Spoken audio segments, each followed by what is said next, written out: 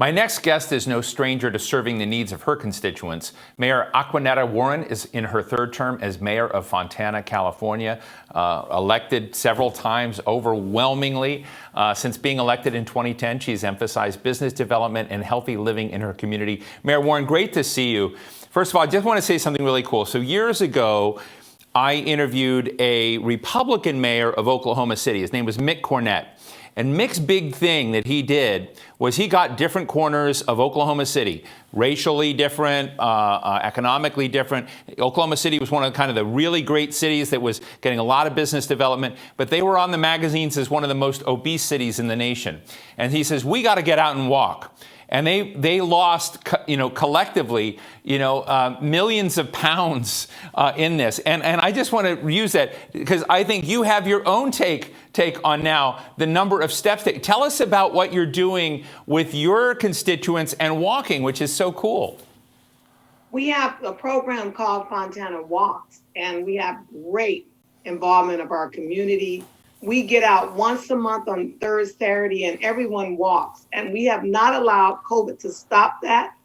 We have logged in millions of steps as a community, and our baseline, particularly for our children, has become something of a trophy that we can look back and say we are fighting obesity. And so we don't have the problem as high as we had before, but with COVID and people being able to still participate, I really have to say it's making a difference. I love going live.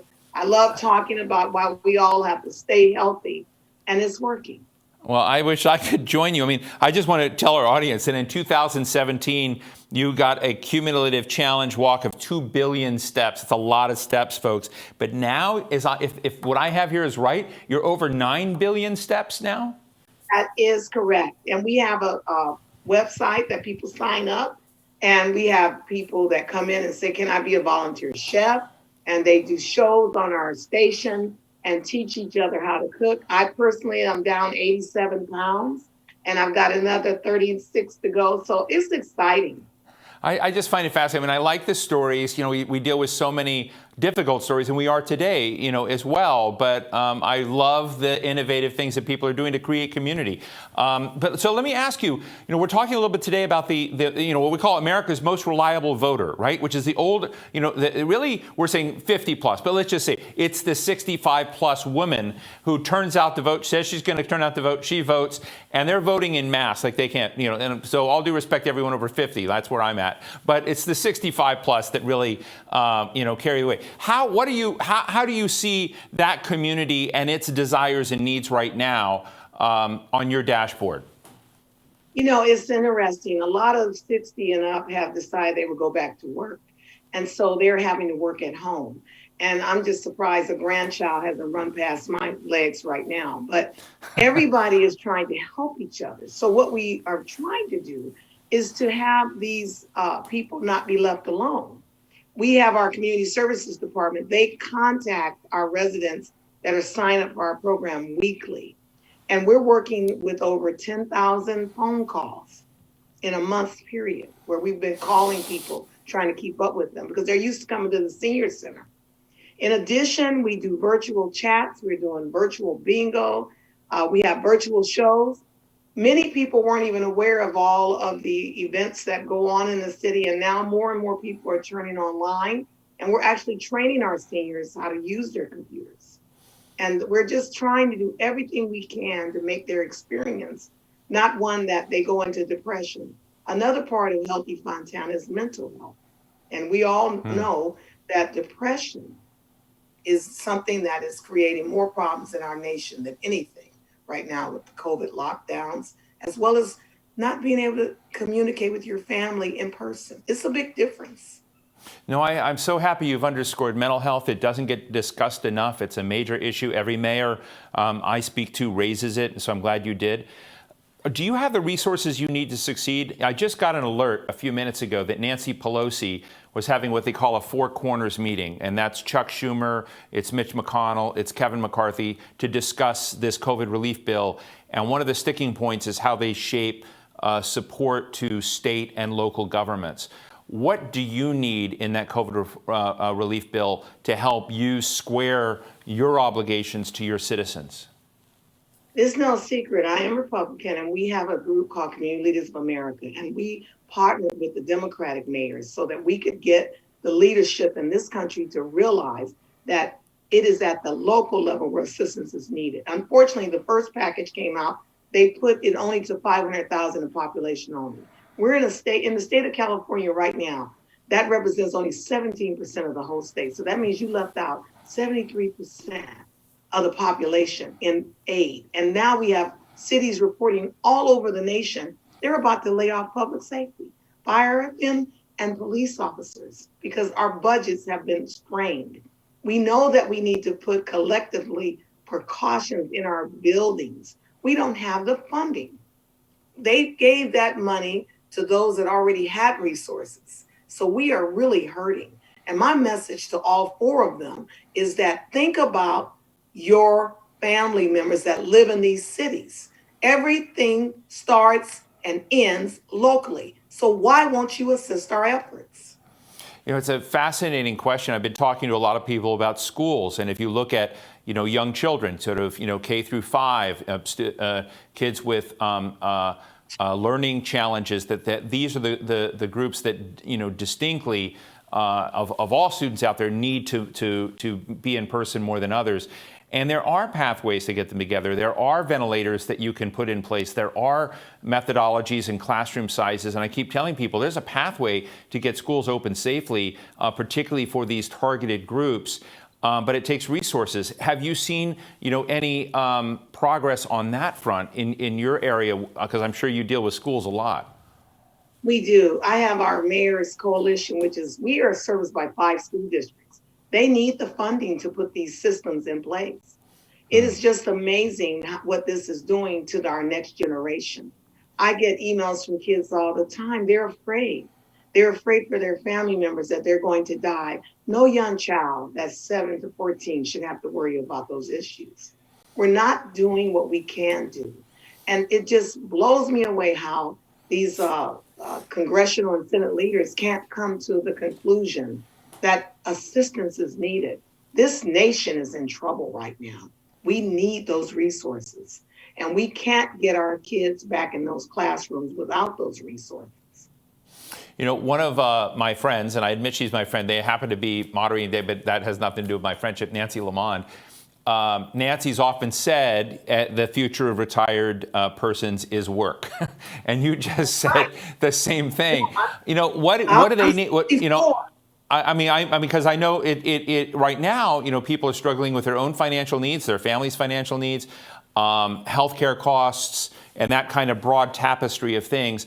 I'd love to kind of hear from you. What do you think we in Washington need to hear or might be able to do to make that pathway easier for those who are working, who are contributing, and trying to get ahead?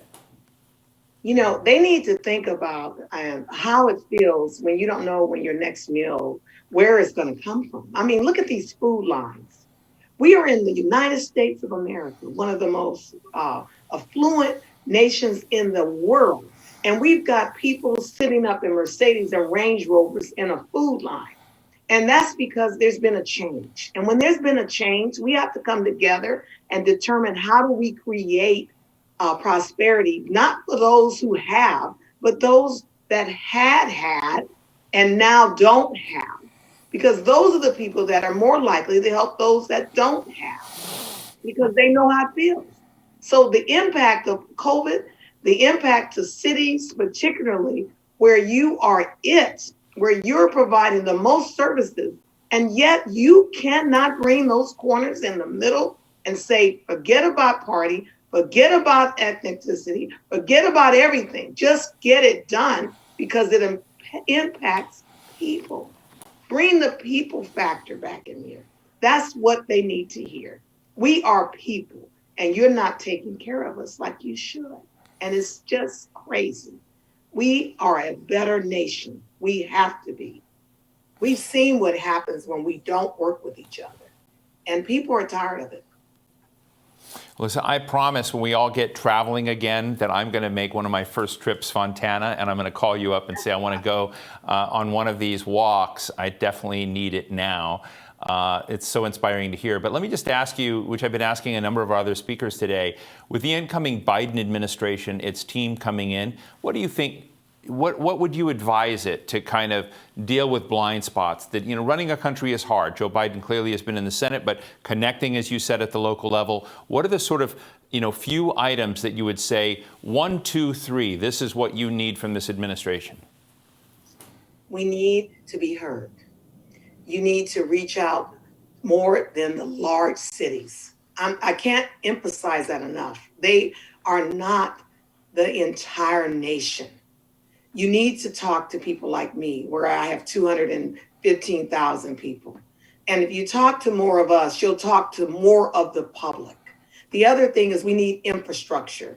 We need infrastructure so that we can create housing and we can create jobs. In the state of California, our legislature, in their wisdom, said no more redevelopment. We have no tools to bring more jobs and more housing in, but yet they put all of these things on us and say, you have to do this. Well, good luck. How do we do it? And third, we need bipartisan relationships. I was on the conference call with the United States Conference of Mayors, where the new President-elect Biden and Harris, Vice President, said they want to work with everybody. Hey, I challenge them. Work with everybody. We want to work with you. We don't care about party affiliation. What we care about is providing resources to this great public that votes all of us in and gives their trust that we're going to do the right thing. We have to take care of the vulnerable. And cities know how to do that. Every dime comes through the state to the county, and that's where it stops. And that's not right. We talked about mental health. All the funding for mental health goes directly from the feds to the state to the county. Stop the middleman, send it directly to the locals, or have us share into the results, and let's make a difference. That's why our homeless rate has gone up so bad in California, because we're all waiting on the county with the master plan. We don't need them to have the master plan. We need to work cooperatively together. That's what I would tell this administration. Stop just funneling everything to the state. Well, thank you very much, Mayor. It is fascinating to talk to you. I want to get back to Fontana another day and really appreciate your candor. And I just want to ask you, will you come? I mean, I want to have you back often. Oh, absolutely. I always enjoy, I tell you, ARP has made such a big difference in our community. I'm 64 and I'm proud of that. And I have so many friends that have retired and they want to go back to work, because when we get those magazines, those newsletters, it's not like we're these creatures that have been pushed into a chair in the corner. It says, get out and do something. And we have to cultivate that culture. America used to be grandma and grandpa ran things. It's time to bring that back. Well, Mayor Acquanetta Warren, Mayor of Fontana, California, thank you so much for joining us today. Really great discussion.